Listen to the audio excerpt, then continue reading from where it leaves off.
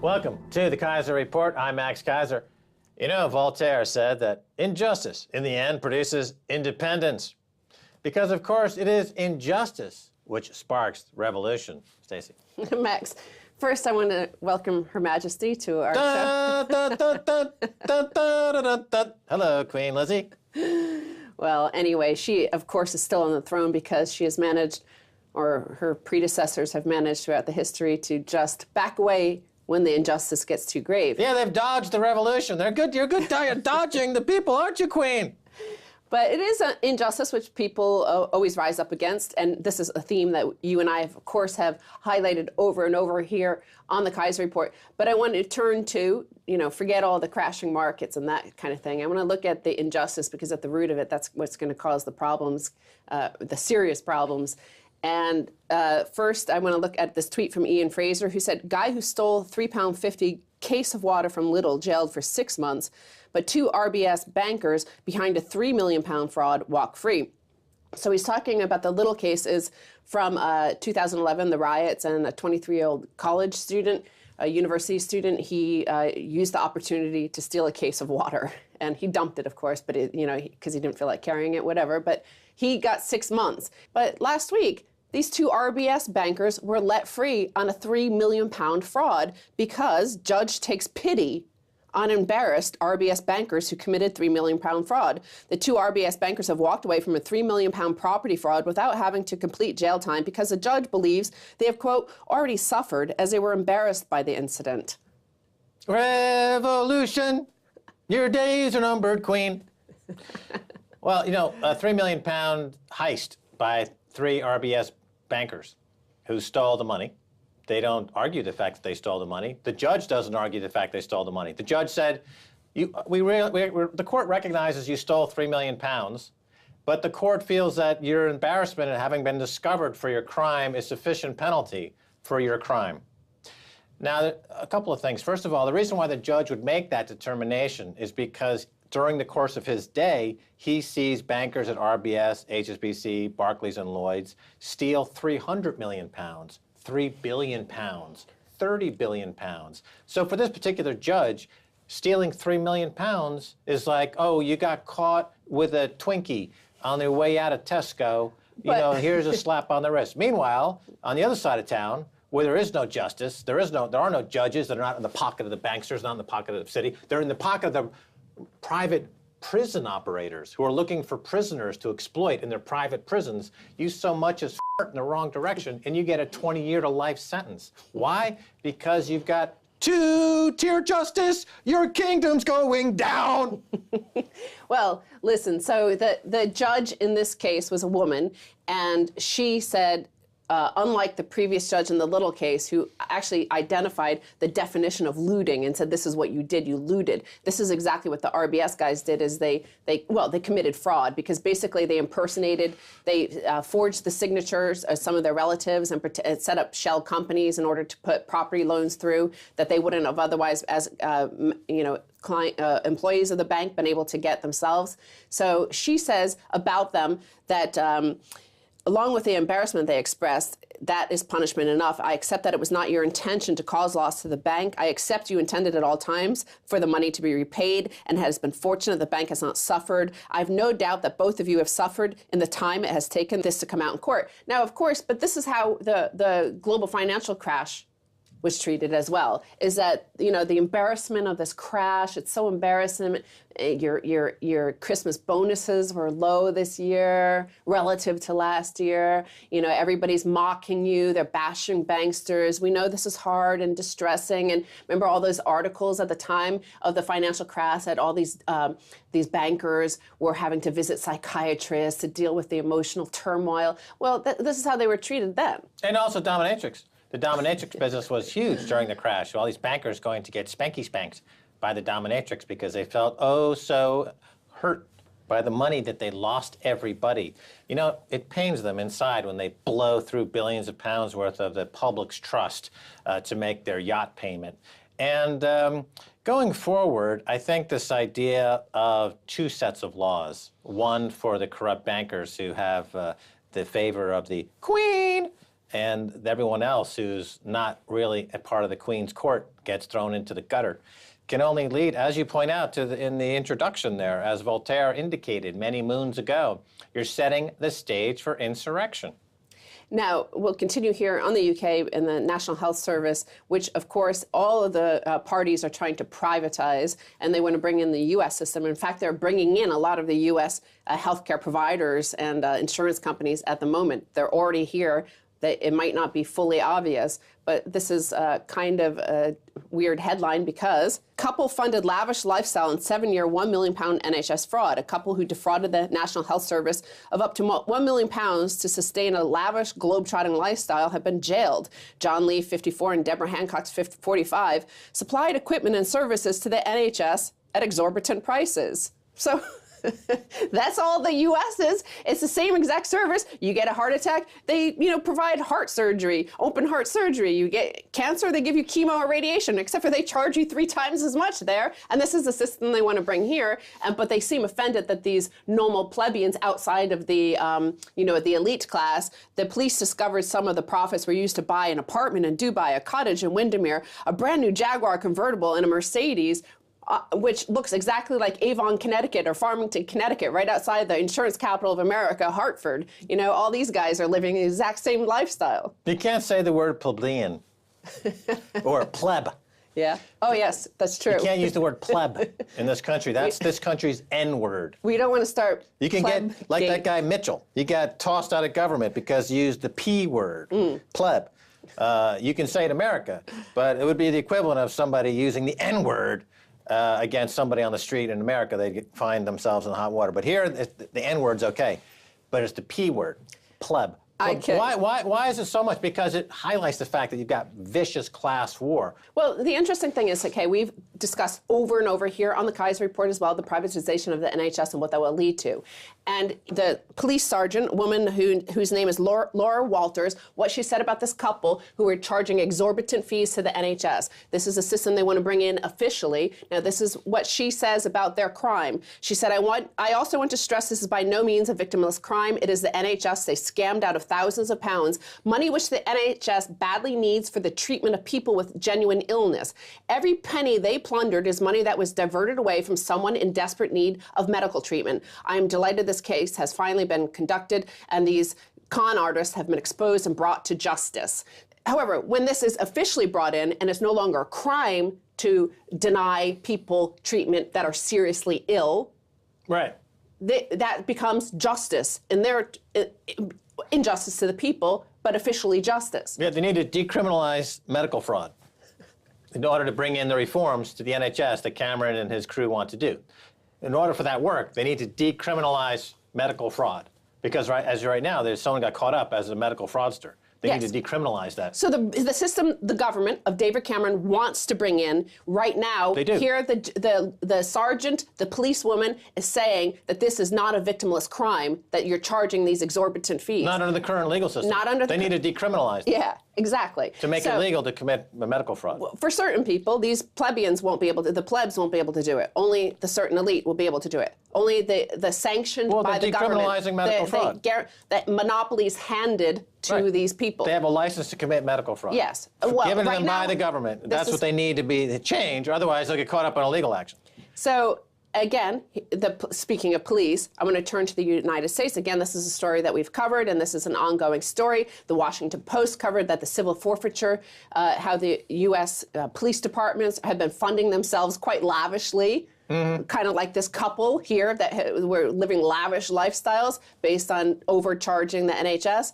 Well, in the United States, the police departments have been able to say, basically accuse you of a crime, take all your stuff, and never actually charge you with a crime. You never go to court, but you have to try to fight to get your property back. Well, D.C. police plan for future seizure proceeds years in advance in city budget documents. D.C. police have made plans for millions of dollars in anticipated proceeds from future civil seizures of cash and property, even though federal guidelines say agencies may not commit to such spending in advance, documents show. The city's proposed budget and financial plan for fiscal 2015 includes about $2.7 million for the District Police Department's Special Purposes Fund through 2018. So they're already planning on stealing $2.7 million from you, whether or not you committed a crime. Right. Well, you can create civil forfeiture obligation bonds based on the civil forfeiture that you'll be committing in the future. And Goldman Sachs or JP Morgan will give you that, was it $2.5 million? $2.7 million. $2.7 million you anticipate. So you can float those bonds in the market, but get 20 to 40 million for those bonds because people can use that as collateral to put together a portfolio of collateralized bonds, and you can build up a huge multi-billion-dollar business on future civil forfeitures right now if you just go forward to Goldman or JP Morgan and get paid today. Now, of course, this was part of the problem, the nickel and diming of the people outside of the elite, those who are given state monopolies to commit the crimes, like overcharging for hospital services. In Ferguson, for example, Missouri, where we've seen riots happen, that population has been nickeled and dimed by dubious charges like running through red lights or turning right on red when they're not supposed to or whatever. But here in Washington, D.C., what they highlight about the civil forfeiture is that since 2009, D.C. officers have made more than 12,000 seizures under city and federal laws, according to records. Half of more than the $5.5 million in cash seizures were $141 or less, with more than 1,000 for less than $20. So, of course, those are the people that you're never going to go through the legal process to get that back because those are too small amounts. If they took $100,000 from you, it's going to take you years to get it back, but you're still going to fight for it. For $20, you're not going to. $141, you're not to. So they're nickel and diming literally people to death. Yeah, it's highly efficient looting of the public. And those Ferguson protests, I noticed, are going over the Atlantic and appearing at the American Embassy in London. Yeah, they were right after it about a week ago. Which is not too far from Buckingham Palace. So you've got your friends in Ferguson, Missouri to visit you near the Buck House because you've instigated a global insurrection against banker occupation, old Lizzie, old gal. That pink dress will soon be in flames. Well, we got to go. Bye-bye, Lizzie. Bye-bye. Stay tuned for the second half. A whole lot more.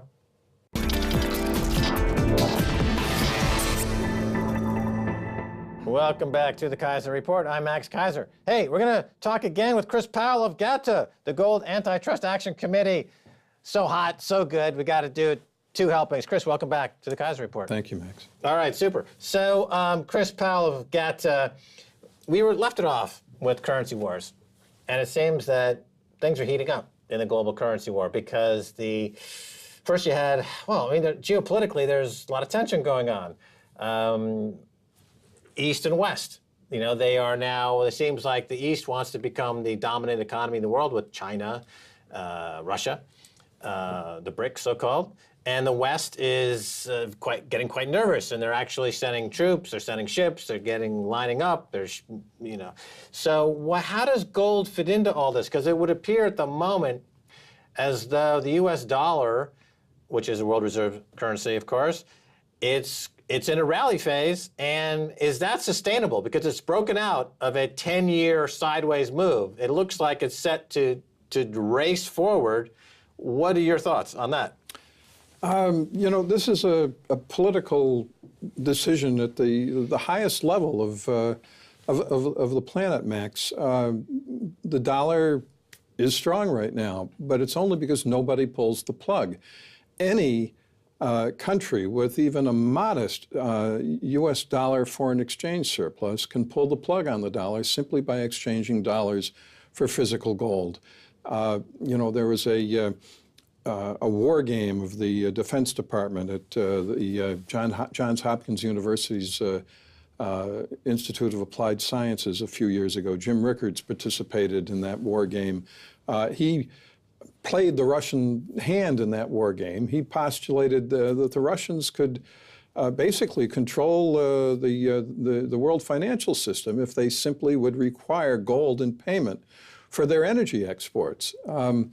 That card is yet to be played. Let me jump in here for a second. You say if they required gold in payment for their energy exports. It was recently reported that the dollar volume of Russia's gold exports recently, one recent month, was equivalent to the amount of gold that they imported.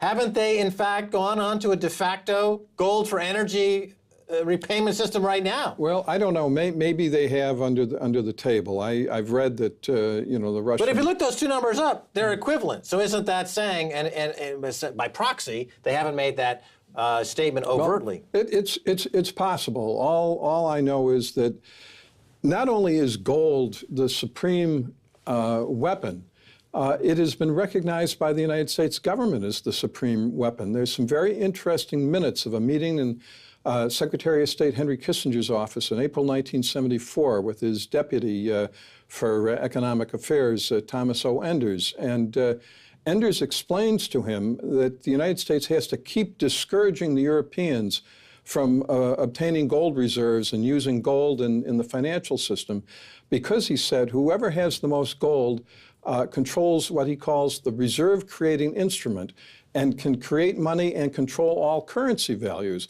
Kissinger replies, well, if the Europeans get in our way on gold, we'll smash them. Well, you know, gold is the reserve-creating instrument. It is the ultimate money. It controls the value of currencies and government bonds, and whoever has the most of it is going to make the rules. Well, I think the Russians know that. I think the Chinese know that, and I think they are aiming to have more gold reserves than the United States and the European Central Bank. And when they do, they will tell us what currencies are worth. Right. Okay, let's put the pin in that for a second and just kind of revisit some history here. So this role of gold as the ultimate, you know, currency going back thousands of years is well established.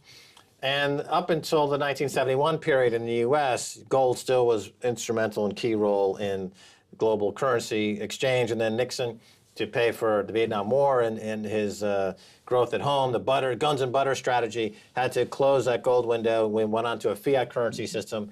And so this set the stage for actually making oil the kind of the reserve commodity that runs the world, the petrodollar, as it's called.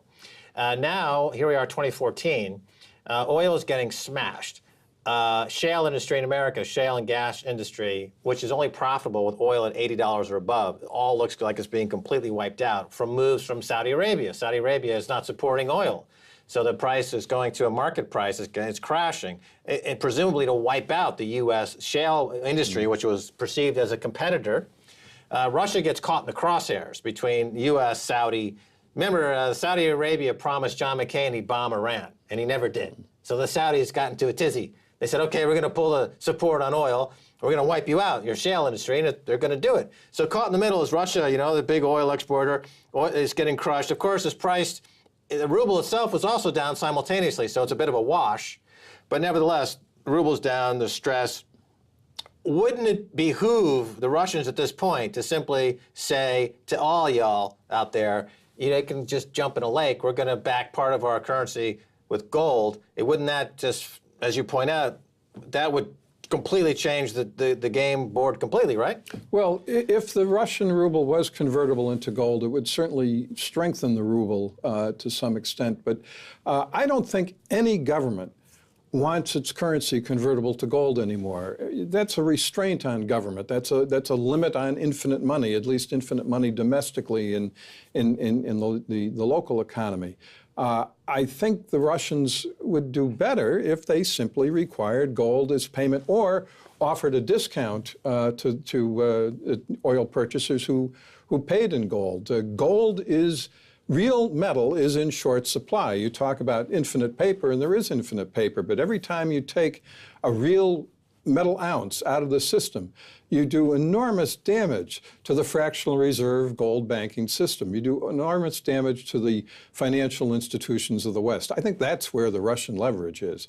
Now, okay, to make that distinction, they can just simply require oil and gas to be paid for in gold. But to offer a discount to those who pay in gold. I mean, they can require gold if they want to. That would be an even bigger blow to the right. Western So you offer a banking discount, system. and it clearly puts gold back into the mix without actually having to go to a formal reserve backed in any way. Right. It becomes a form of payment again. It's monetized by the Russian government taking it as payment. Right. And let's talk about the industry itself and the gold market, of course, because the gold is something you pull out of the ground and it requires miners, and miners have costs. And it seems like gold right now is trading at a price below what the average cost to pull it out of the ground is. So we'll talk about that, because it seemed like we're going to lead to shortages at some point. Yeah, we're in the West here. In the West, we believe in paper. In the East, they believe in real metal. If people want paper, if they want electrons in their bank statement, nobody needs real metal coming out of the ground. It's very possible now that the gold mining industry is just going to roll over and die. I mean, God knows the mining executives refuse to stand up for their companies. Yes, we are below the cost of production, not only for gold, but for silver. I think the only hope is that the East doesn't believe in paper. The East believes in real metal, and at some point, the metal that is supporting the fractional reserve gold banking system runs out, just as the metal ran out in the London gold pool in March 1968, and then you've got a transformation. Now, what will the status of the mines be on that day? They may all be in bankruptcy. Maybe the Western central banks and investment banks will have bought them, at distressed prices before they let the gold price. So there's roughly, I think, 160,000 tons of gold above ground from mining going back thousands of years. Well, that's an estimate. It's an estimate, rough estimate. Yeah. But so in other words, if the mining industry just goes kaput, that's it. That's all the gold we have. It's that roughly that equivalent. We're not going to mine anymore. That's all the gold. It sounds like Bitcoin. Well, the gold supply will come out of hiding at the right price, at a price where there are real gains to gold investors. Actual mining production, maybe 2,500 tons a year, does not have that great an influence on the price. However, if the Western central banks are really as short of gold, real metal, as we think they are because of their gold swaps and leases, then the withdrawal of production, that could have a big impact. And I don't think the Western central banks want the mining industry out of business. I'll be very surprised if they let the gold price stay below the cost of production for very long. But listen, you never know how desperate they are, Max. Okay, let's talk about the 64,000 ounce question, which is deflation versus inflation. Because in the global bond market since especially 2008 crisis, there's been a highlight of the fact that banks' balance sheets are shattered, they're in tatters, and the central bank's been trying to pump them up. But the banks still don't lend money. They're holding it onto it to pay off. They're rolling their debt, the zombie banks. It's a plague of zombie banks around the world. And this is causing huge deflationary pressures around the world. And it's getting worse. So Europe is back in recession. Germany's close to recession. The global GDP is contracting. IMF is saying global growth is going down. So gold, of course, is associated with inflationary pressures. You got deflation in copper, you got prices in commodities all collapsing, oil's down. Except, as I've said, gold is usually associated with deflation. You would think it'd go down, except, of course, in an instance like in the U.S. where they had to shut everything down and revalue gold 50% higher. In other words, it came back in as a standard of measurement of currency and was used once again. It came back in to help devalue the currency. And they had to reprice that currency. I think central banks are trying to devalue without letting people figure it out through a rising gold price. I think the gold price will be the last thing they let go. Now, obviously, there's too much debt in the world. Incomes cannot support debt. I mean, the real incomes in the United States have been going down for probably 20 years. So devaluing the debt, I think, is probably the objective of central banks. It certainly ought to be the objective of governments. But if people figure out what's going on, if they are allowed to see a rising gold price and realize that the currencies are being devalued, well, they're going to get out of the system. They're going to go into real assets. There'll be a hyperinflation, and the central banks don't want that either. What bothers me is they will not be candid with us about what's happening. They are trying to control in secret the value of all capital, labor, goods, and services in the world, rig the currency markets, rig the equity market, rig the bond markets, and leave our governments to do nothing but, regulate whether, we can buy liquor after 9 o'clock at night. Right. So if the global derivatives market unwinds and it's worth, let's say, $700 or $800 trillion, and it loses $600 trillion or $700 trillion of value, there's still a few trillion that could go into gold, which the entire gold market is only let's call it 7 to 8 trillion. So even just 10% of that unwinding money goes into gold, gold doubles. Well, the central banks can revalue gold any figure they want by announcing that they'll tender for it at a price, even a fantastic price. All right, we got to go. Chris Powell, leave it there. Thanks so much for being, once again, on the Keiser Report. Thank you, Max. That's going to do it for this edition of the Keiser Report. With me, Max Keiser, and Stacey Herbert. I'd like to thank our guest, Chris Powell of GATA, the Gold Antitrust Action Committee. If you'd like to get in touch, tweet us at Keiser Report. Until next time, bye, y'all.